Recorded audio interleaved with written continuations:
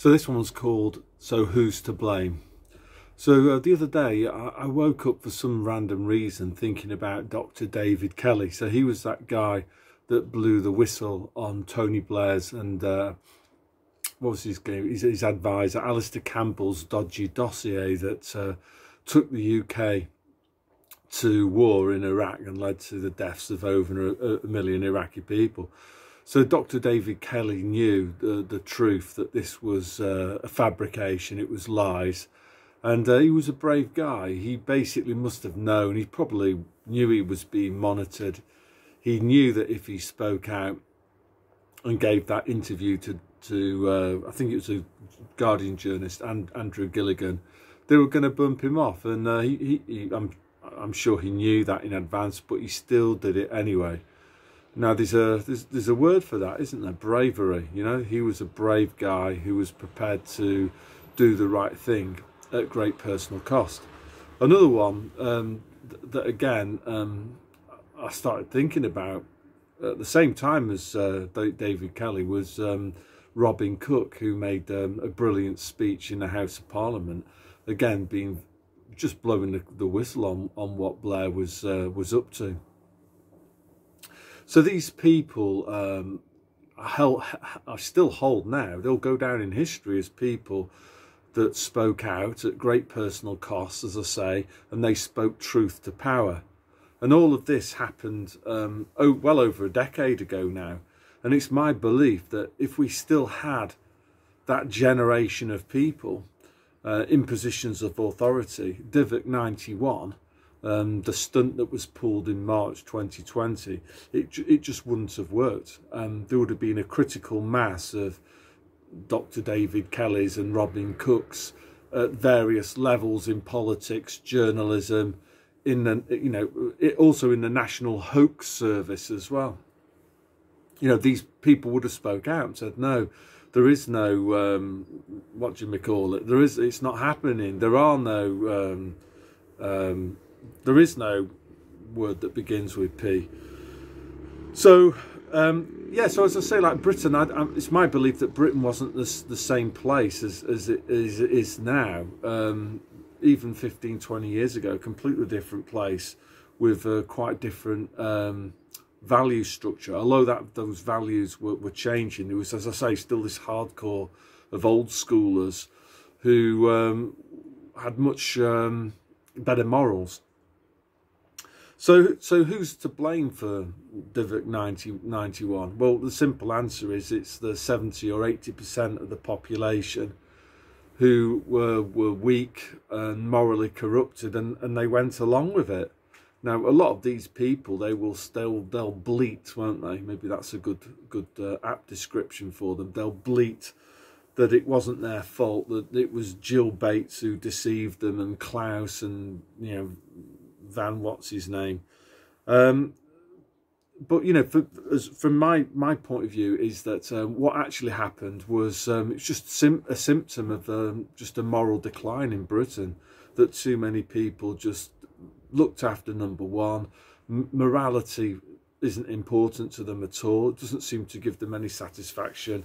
There was way too many middle class people in Britain who went along with furlough and working from home, and they sip wine in their back gardens, knowing that their decision to comply with this evil was destroying the lives of young people who had their school and university educations disrupted, OAPs left to die alone, or having their deaths brought forward, yeah, the self-employed, of course. These people didn't give a monkeys that other people's lives' work were going up in smoke as a result of something that they willingly complied with. And as I'm trying to get at here is that who's to blame for this? Well, you could say like virtually all of us were, to greater and lesser extents. There were people who gave up their jobs, and people who've spoken out. Is it Sam? I can't remember the name now. There's a couple of NHS people that have spoken out.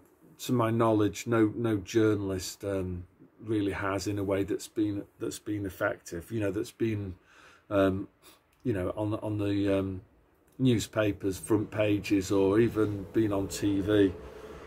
So what are the solutions to this? You know, this, as you know, this isn't a channel that's just based on doom and gloom and fear mongering. What I would say is that Divock 91, it happened because of moral decline, and that's like individuals choosing of their own free will to do things that they shouldn't do.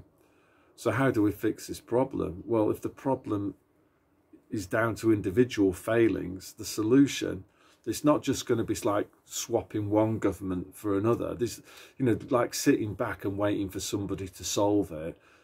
You know, some wonderful politician that's going to come in. In fact, the Bible says that that's likely to be Satan that comes in. If we are really to fix this, then what we have to do is, as individuals, make personal changes, rediscover morality. You know, again, you know, for me as a Christian, I would say that that's Christian morality. So, you know, just some things that I've sort of jotted down here that I think, because it's not over yet, you know, if we want to, we can still pull things back from the brink. You know, we beat off Divock and Nazi passports. These other things are coming down the path. But what we can't do as individuals is make the same mistakes that we made before, right? So what one mistake might be just being silent. Maybe you didn't wear a slave muzzle. Maybe you didn't go to the Britney Spears, but that's all you did. Well, really sorry, that probably wasn't enough. What you now need to do is speak. You need to add your voice.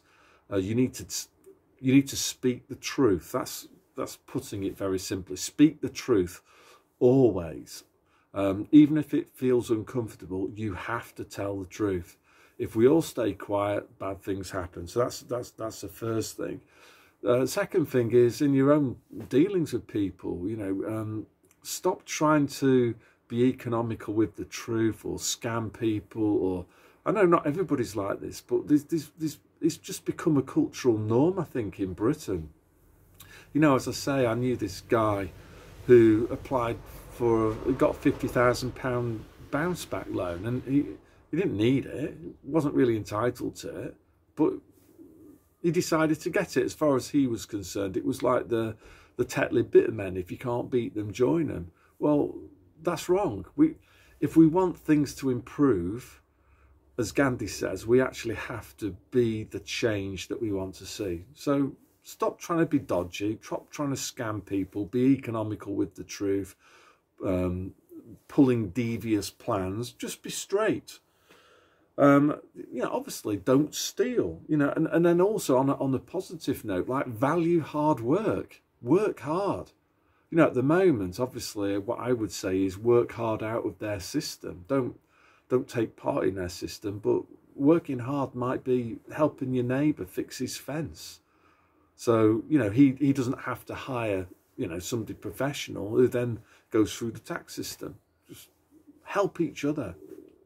So, yeah, I think that's all that I want to say, really, is that what we can't do is just sort of scapegoat other people. We've got to sort of also look at ourselves too, and try to be better people, because Divock 91 happened because of a moral decline. So if we want to get out of it, we need to reverse that moral decline. Each of us need to become better people.